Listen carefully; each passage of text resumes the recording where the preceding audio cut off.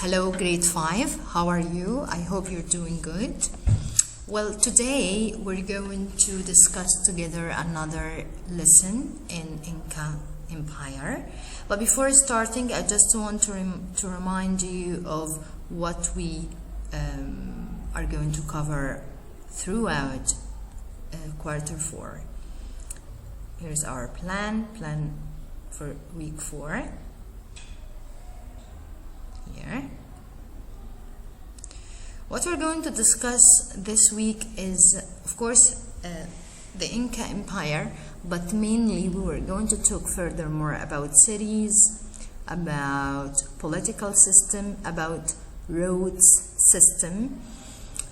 What you are supposed to be able to express is determining the geographical features of Inca and to know how to analyze the terms and names given. I'm going to give you some terms and names, and you are supposed to be able to recognize them, analyze them as well. We will use videos and PowerPoint. Of course, I'm going to give you a handout sheet for the lesson. You would be asked to do your homework, to search online, and finally have a quiz. Let's start. Here,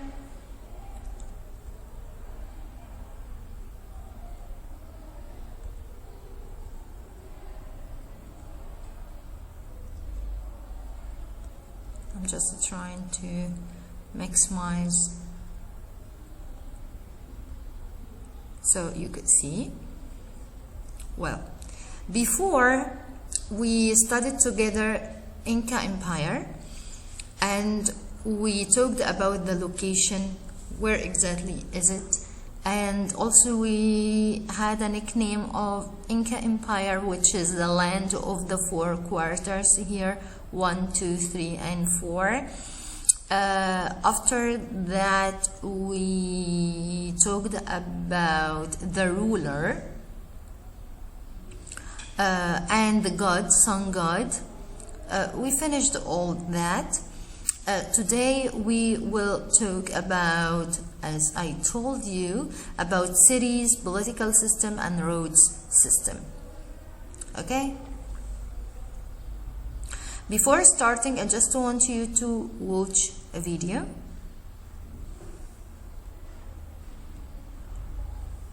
On the edge of western South America, wedged between Earth's driest desert, largest rainforest, and second highest mountain range, lay a sprawling empire. The Inca, through ingenious engineering and strict central planning, forged one of the world's most unusual empires. It was the largest empire in the pre-Columbian Americas, without a written language, the wheel, or money, and one of the only empires to stretch upwards rather than across. In this video, we will look at how the Inca rose to power from unknown origins and dominated their region.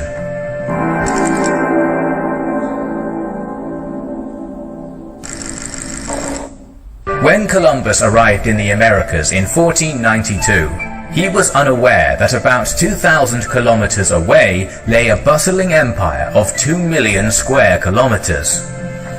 Tahuantinsuyu, the land of the 4 quarters, as the Inca called their realm, included parts of modern Colombia, Ecuador, Peru, Bolivia, Chile, and Argentina. It had a population of more than 10 million across innumerable ethnic groups and languages. The Inca developed in near isolation, so their culture was missing many things that were vital in the old world. The wheel was absent, along with any draft animal capable of pulling weight. Steel and iron were unknown, while gold, silver, and bronze were masterfully worked. Most intriguing was that they lacked a written language, so their knowledge was passed on orally or through a unique system of knots called quipu. These knots were used to collect data, keep records, measure taxes, and record the census.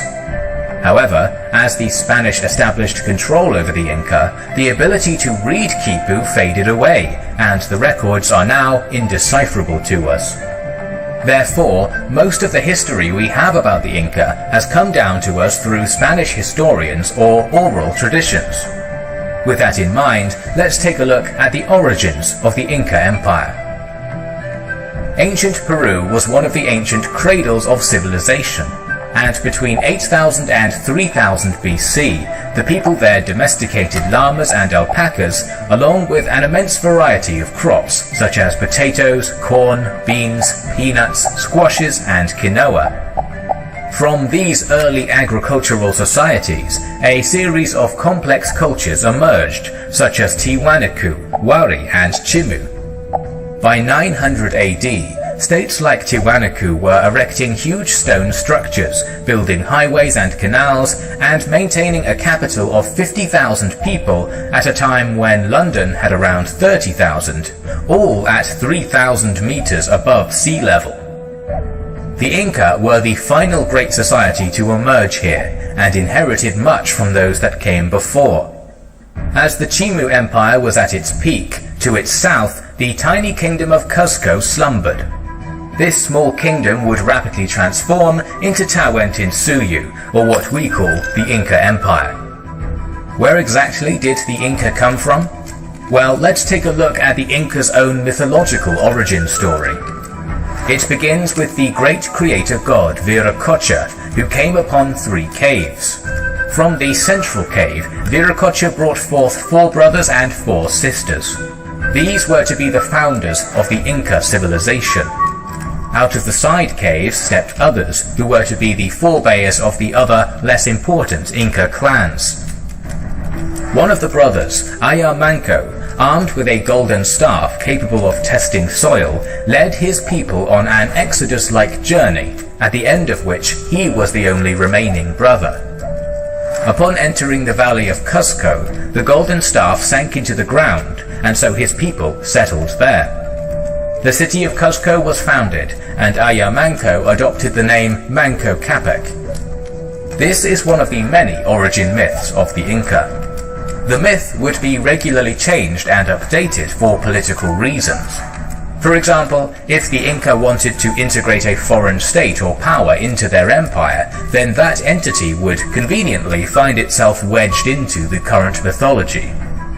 But Manco Capac was probably a real person that led a group of nomads into the valley and founded Cuzco in the early 13th century. The history of the first 8 Inca kings is lost in the mists of time. Its 9th king was the first to step into certain history. An Inca Alexander the Great, called Kusi Yupanqui, rose to power in the early 1400s. At the time of his birth, the kingdom of Cuzco was barely more than a chiefdom. He was not the first in line to the throne, but after Cuzco was besieged by 40,000 enemy Chanca soldiers, and his king father and prince brother fled the city, it was Kusi Yupanqui who organized a defense and not only saved the city, but also won himself the crown. Before his reign, his kingdom held the small territory around Cuzco, but within a single lifetime, he and his son had stretched the new empire from present-day Bolivia to Ecuador. He adopted the name Pachacuti, which means Earthshaker, or he who turns the world upside down. Through the use of spies, Pachacuti would assess the military strength and wealth of the other states in the region. After collecting this information, he would send messages to the leaders of these states, attempting to persuade them to join his empire. He promised they would keep their position and would grow even more powerful. Luxury goods and riches would be poured upon them, only, however, if they submitted peacefully. If they accepted, the heirs of that ruler would be sent to the royal court in Cuzco, whereupon they would be educated in an Inca fashion and raised to be perfect Incas. Once transformed, they were then sent back to rule their realms in a thoroughly Inca style. If they did not accept, they were usually crushed by the huge multi-ethnic army Pachacuti built. Pachacuti reorganized the kingdom of Cuzco into Tawantinsuyu using a federalist system. He split the empire into 4 parts, or suyus, each managed by provincial governors that reported directly to the central government in Cusco. Cusco was transformed into a suitable imperial city and center to Pachacuti's new empire. The city was paved with perfectly cut stone, and from its center spread vast highways linking all the suyus. Along with these highway projects, Pachacuti also initiated the construction of huge royal estates, the most famous of which is Machu Picchu, located 2,430 meters above sea level. The rapid growth of the empire was incredible, and even more impressive was the idea that the Inca actually tried to integrate the conquered peoples into their empire rather than just setting up mostly independent tributary states like the Aztecs had done. By the time Pachacuti's grandson, Huayna Capac, sat on the throne, there was hardly anything else left to possibly conquer. Militarily, the Inca were extremely organized and used a flexible decimal system to organize units. They could raise armies of hundreds of thousands of soldiers and move them across rough terrain with ease. Almost all able-bodied men between 25 and 50 had military training. Each province would send men to join a military campaign whenever needed. The state made sure that no province was sending more men than they could, and on particularly long campaigns, men were regularly allowed to return home to make sure their lives did not fall out of order. Like the Aztecs, the Inca relied on cotton armor. They wore thick alpaca wool tunics and helmets to protect themselves. These tunics were so effective at stopping arrows that Spanish soldiers adopted them while fighting the Inca, and there are reports of them leaving battles looking like porcupines with dozens of arrows wedged in their armor. A large shield made of hardwood imported from their jungle provinces was kept on their back. Another, much smaller shield made of lighter wood was kept on the arm. A small cape attached to it could be used to protect their legs from missiles.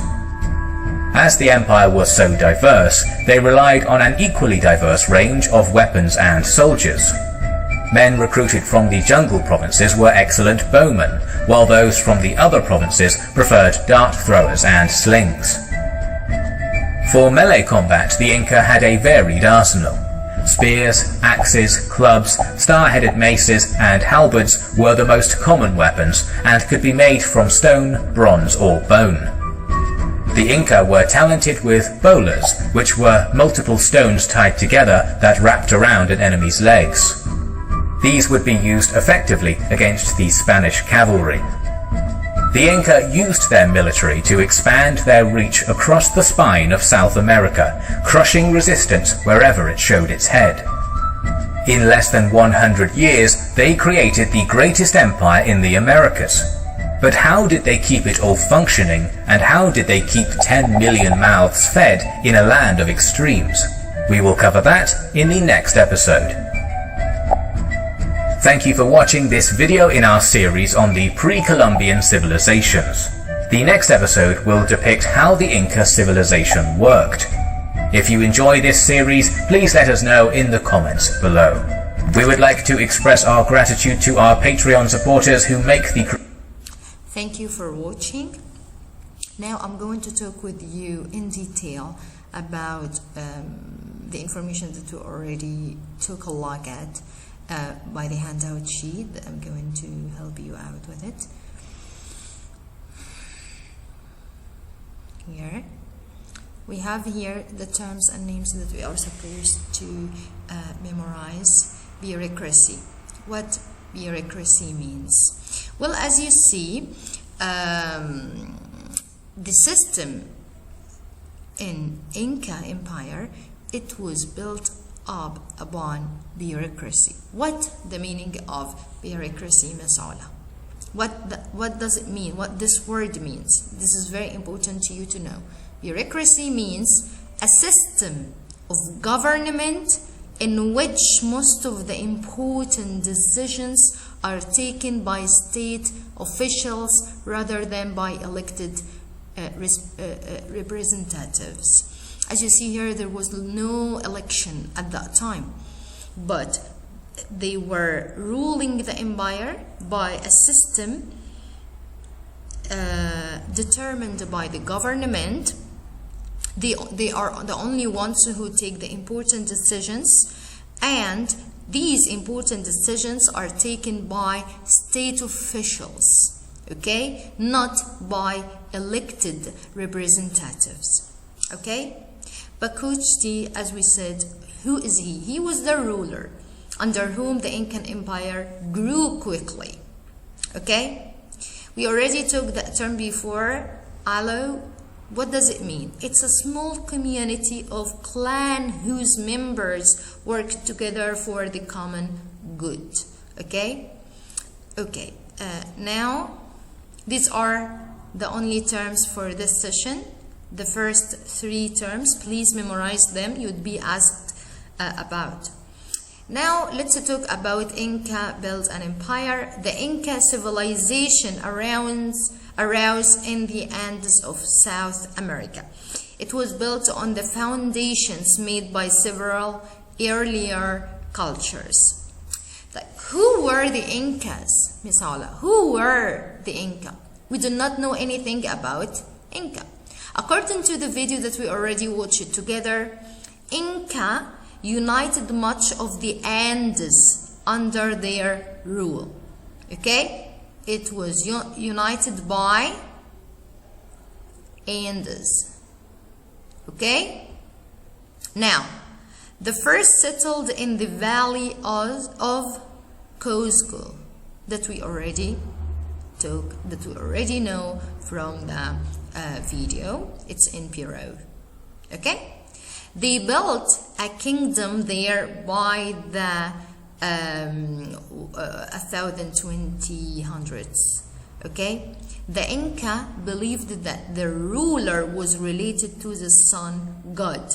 There is a relationship between the ruler here and the sun god, okay, who would bring wealth, power to them. So they followed the ruler's instructions because they thought that he is related to the god, the sun god, so and he's going to bring for them wealth and power. Only men from one of 11 noble families believed to be descendants of the sun god could serve as king, that we already talked before. Now, Pakuchi builds an empire. Pakuchi builds an empire. In 1438, Pakuchi became the ruler of the Inca. He made conquest after conquest. He wanted to invade just to maximize the Inca Empire. By 1500, the Inca ruled an empire that stretched along the Andes from modern Ecuador all the way south to Chile, Argentina. Here, I'm going to show you. Here, Ecuador, Cuzco, Chile, and Argentina. The 4 quarters. The 4 quarters. Okay, how many people were there? It held about 16 million people. 16 million people. Very important. How was Pakuchi ruling? Well, his beliefs and his practices related to the sun god, and it was a little bit taken a religious meaning, which was, of course, depends on peace, loyalty, etc. So the empire did not grow only through military conquest. It was, of course, by maximizing the empire itself by military conquest, but it wasn't the only thing that the Inca Empire were built upon. Often the Inca offered new peoples the chance to join the empire peacefully. So how did they rule Inca Empire? Peacefully, as long as they swore loyalty to the emperor. So people did swear loyalty to the emperor. After that, the emperor himself is going to treat them in a peaceful way. Many peoples became part of the empire in this way. Why? Lots of people wanted to join because the emperor he treated them peacefully. This is very important to you. Even when force was needed afterward, the Inca tried to win the loyalty of the conquered peoples through friendship rather than fear. People then, they were not having any kind of negative emotions or feelings towards the emperor. Why? Because after he conquered the peoples, he conquered them friendship, and he did that through or by friendship, building friendship with them, rather than making them scared of him. So why? Pakuchi was a great ruler, a great emperor. Well, because once people swore loyalty to him, he treated them peacefully. Yes, he conquered the peoples, but he conquered them through friendship rather than fear. Okay? This is going to be your homework though. Also, I want to show you something else.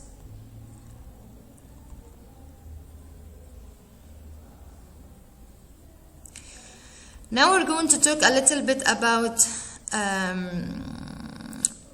government system, the system of the government.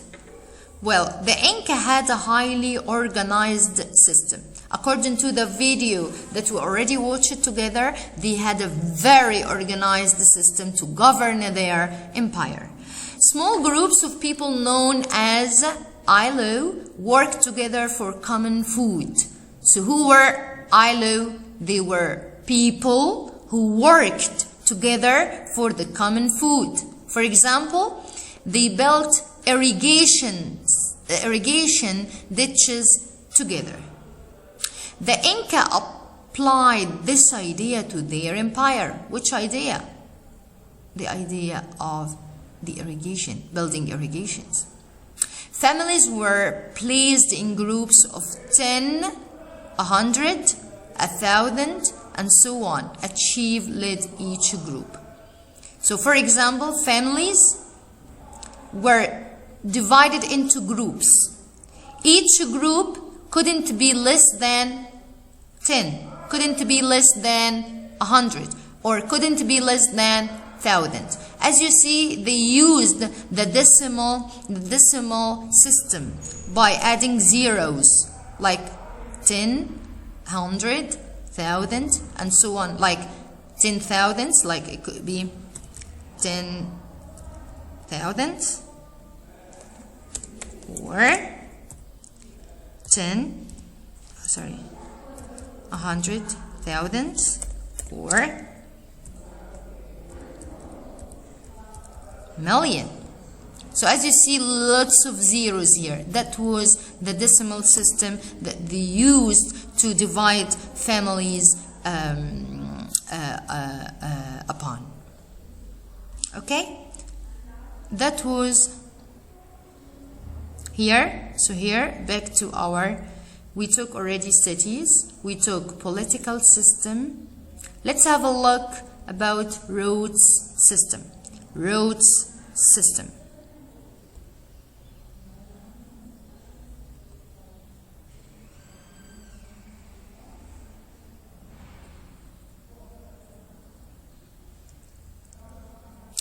Well, I guess that's enough for you for today. Inshallah, next week we could discuss together road system, because it's very complicated. It takes time. So let's finish till here. Thank you for watching the video. Thank you for your consideration and for your time. I hope you understand the lesson. If you have any questions, please send it to me through LMS. Thank you. Bye bye.